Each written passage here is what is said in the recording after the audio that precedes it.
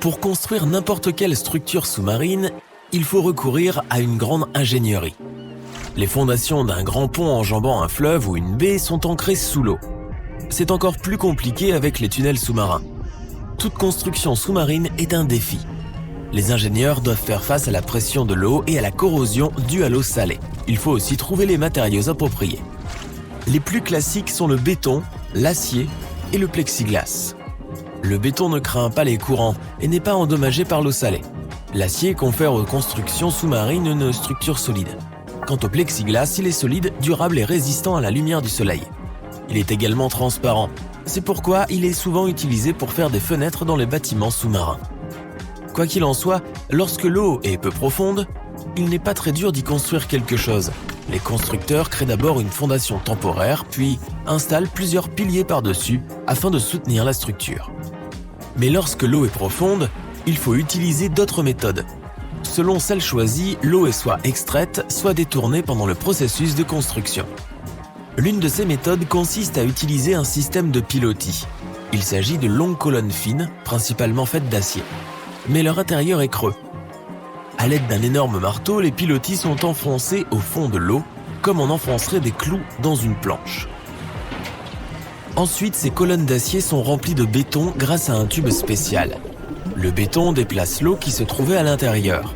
Ce matériau a la capacité de se solidifier même lorsqu'il est entouré d'eau.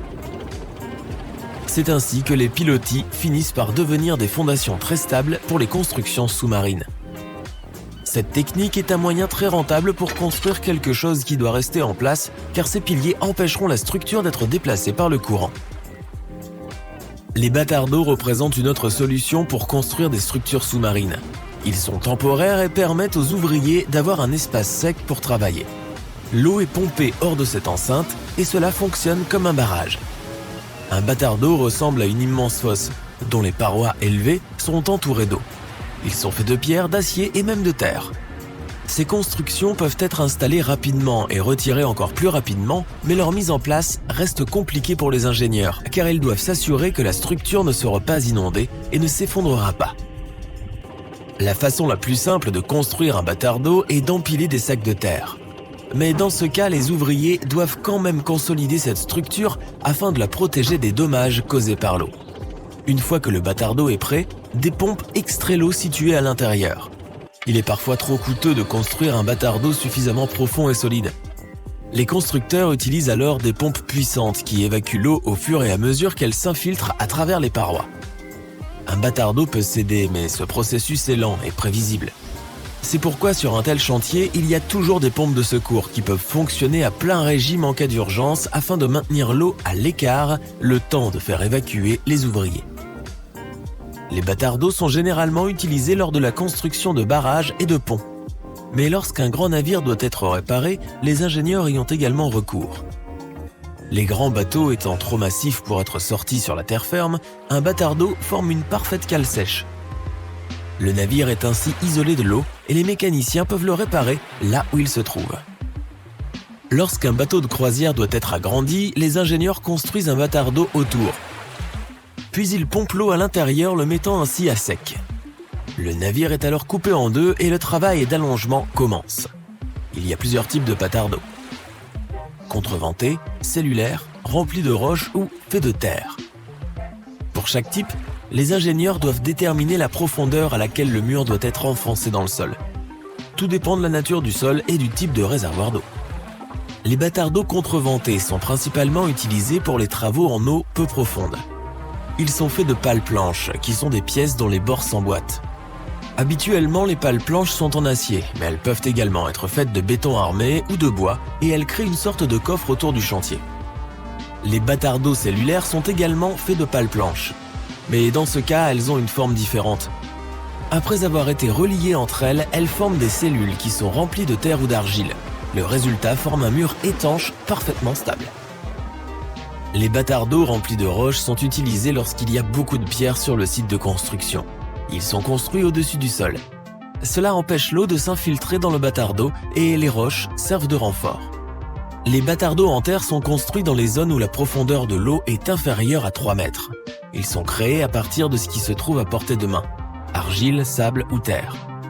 Il existe aussi des bâtards d'eau à parois simples ou doubles. Le premier type est utilisé lorsque la superficie de la construction n'est pas importante et que la profondeur est supérieure à 6 mètres. Ces bâtards d'eau servent généralement à la construction de ponts. Des piliers ou des plaques de bois sont placés dans le fond de l'eau. Après, des plaques de fer ou d'acier sont ajoutées à l'intérieur. Les ouvriers placent ensuite des sacs de sable de chaque côté du mur. L'eau est enfin pompée et le bâtard d'eau est prêt. Les bâtards d'eau à double paroi sont utilisés pour les chantiers plus importants ou lorsque l'eau est très profonde. De tels chantiers nécessitent des supports plus résistants. Ces bâtards d'eau possèdent 2 parois, ce qui leur confère une meilleure stabilité. 2 murs sont plantés dans le fond de l'eau à une certaine distance l'un de l'autre. Plus l'eau est profonde, plus l'espace est grand. Ils sont ensuite reliés l'un à l'autre. Ensuite, cet espace est rempli de terre. Les bâtards d'eau coûtent cher. Cela signifie que si l'on en utilise un pour un projet, il n'y a pas d'autre option. Mais c'est la meilleure façon de construire des barrages permanents. Lorsque le barrage Hoover a été construit, plusieurs bâtards d'eau ont été mis en place pour détourner le fleuve Colorado. Une fois le chantier terminé, l'eau fut pompée à nouveau dans le bâtard d'eau, puis ses parois ont été retirées. Il y a aussi les caissons qui sont utilisés lors des constructions sous-marines. Ce sont des structures étanches que l'on met dans l'eau. Même ouvert, il reste sec à l'intérieur. Les ouvriers peuvent ainsi creuser jusqu'à ce qu'ils atteignent une surface solide sur laquelle le caisson sera placé. La différence avec les caissons, c'est qu'ils finissent par intégrer le pont ou le barrage. Même si on ne considère pas qu'un pont ou un barrage est une construction sous-marine, la plupart de leurs éléments se trouvent sous l'eau. Par exemple, un grand pont ne pourrait pas supporter son propre poids sans ses piliers de soutien sous-marin. Il existe plusieurs types de caissons, ouverts, pneumatiques et coffrets. Les caissons ouverts n'ont pas de fond. Il s'agit en fait de parois verticales qui permettent aux constructeurs de creuser à leur base. Les caissons pneumatiques empêchent l'eau de s'infiltrer en utilisant de l'air comprimé. Cela permet de maintenir une pression égale à l'intérieur et à l'extérieur. Lorsque les ouvriers creusent, la boue est envoyée vers le haut grâce à un tube spécial. Lorsque le caisson atteint la roche, les ouvriers le remplissent de béton. Contrairement aux autres, les caissons de type coffre ont un fond et les ouvriers les posent sur une fondation construite à l'avance. Lors de la construction du pont de Brooklyn, les ingénieurs ont utilisé 2 caissons massifs grâce auxquels ils ont atteint la roche-mère et créé les fondations des tours du pont.